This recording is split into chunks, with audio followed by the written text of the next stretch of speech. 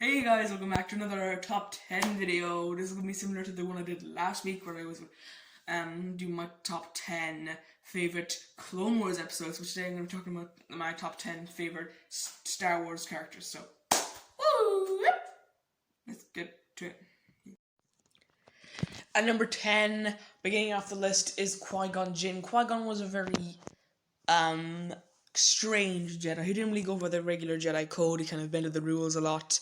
Not to get what he wants, but to, I guess, do what he thought was right. And he was a very unique Jedi in that way. If he had trained Anakin probably would have never turned to the dark side. So it's very interesting how that would have gone.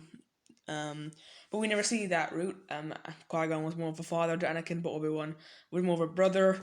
So it is kind of interesting. But Qui-Gon is a very interesting character, and if he was just, I think I might put him higher in the list if he was in a better movie, a better directed movie, because Episode 1 wasn't the best.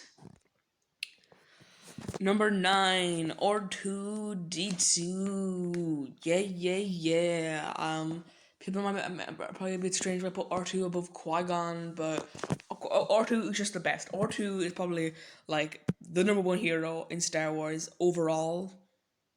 Okay, R2 is just the man. Okay, he saves the day on multiple occasions, just stuff that you don't even think about.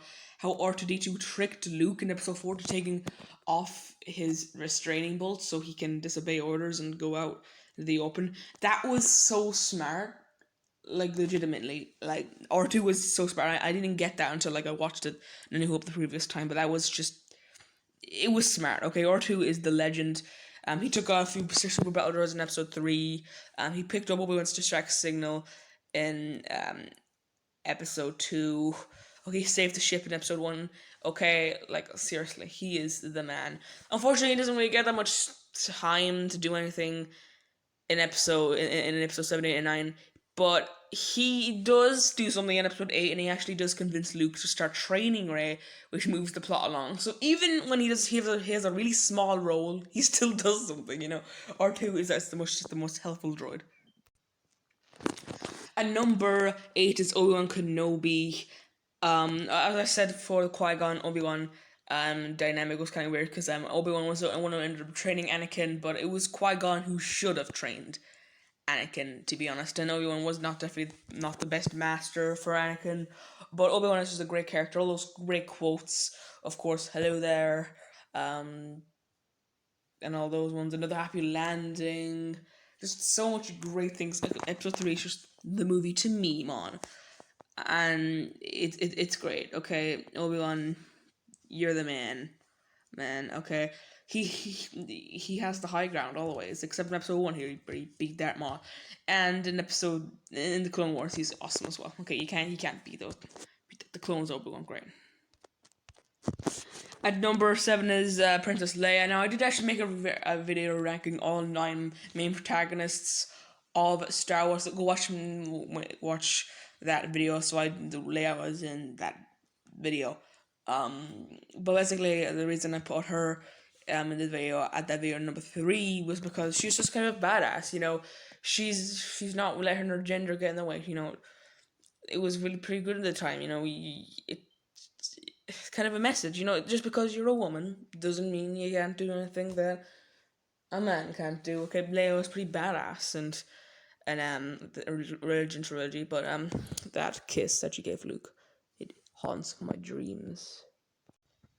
Oh, look at little baby Yoda. Oh, wow, look at him. Look how cute he is. Oh, my God. Oh, look, he says hi. He can force heal. He can do anything. Look, he says his wings, his ears are waving in the... Yeah. Baby Yoda, number 6. I put Baby Yoda on the list and not Yoda. That was a pretty controversial move by me. But Baby Yoda was so cute. Baby Yoda put so much viewer for The Mandalorian. It feels like Star Wars is back now. We're gonna have so much new shows. The Bad Batch was pretty good. I'm hoping that some of the shows are better than The Bad Batch, because if The Bad Batch is the best we've got, then I'm kind of a bit worried, because The Bad Batch kind of had mixed quality episodes, but some of the better episodes are really, really good. So yeah, I am excited for them. Also, Baby Yoda eating those balls. Yeah, that's kind of cool, I guess. Okay. Stop eating the Baby Yoda. It's probably very unhealthy for you. At number 5 is Han Solo. You're going into the top 5 Star Wars characters now. I talked about him in my ranking all main Star Wars characters video as well. So go watch that. It's somewhere on my video list. So yeah, Han Solo. He had a pretty good arc in the he had a pretty good arc in the original trilogy, going from being a scoundrel who doesn't really care about anyone to being a hero of the rebellion. A very good arc, and yeah, I'm glad that he didn't die in episode 5, because he was originally supposed to do that, or not episode 6. You know, because I kind of like him. I like him in episode 7, and yeah. I mean, I think someone said that he should have died in episode 5, but nah, man, I liked him in episode 6. Number 4 is Kylo Ren. Kylo Ren is probably one of the most interesting characters of the sequels. Like, the best sequel character, in my opinion, because the other 3 characters are from the other trilogies, but I guess they all have a presence in the sequels, but the reason why they're on the list is not because of the sequels. But Kylo Ren, he's basically kind of like Darth Vader, but the opposite. Darth Vader is getting the pull from the dark side, but Kylo Ren, he's getting the pull from the light side. He's getting pulled back towards the light. He's trying to ignore that, but at the end of the trilogy, he finally comes back to the light side, and it kind of feels deserved in a way. Not as good as Darth Vader's arc, but it's just still interesting to see him get pulled towards the light side, but he trying to ignore it. At number 3 is Emperor Palpatine. In episode 3, I think is Palpatine's absolute best. He's just so deliciously evil, and it's really fun to see Palpatine's plan come to life, and he's just so happy while fighting Yoda, because he knows that, like, even if he loses, he still wins. Like, Yoda's not going to be able to, like, take down the whole empire, all what Palpatine has built.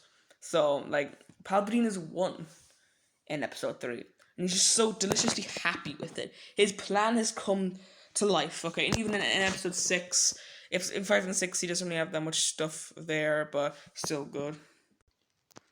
I do love, wait, get out of here, Jack Sucks Alive video, what are you doing there? Am I recommended? What the, and Lego Palpatine's, it is just so funny, he's just kind of a comic relief almost. I just love him in the Lego, as his voice actor is just so good, okay, I don't know why.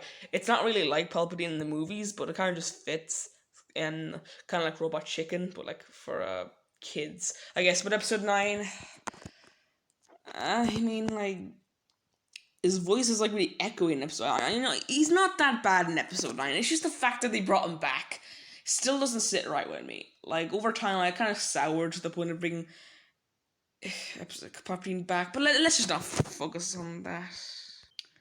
Number 2 is Luke Skywalker. Oh, we have footage from The Mandalorian. If you've not seen The Mandalorian Season 2 finale, then I'm really sorry. I've spoiled it for you.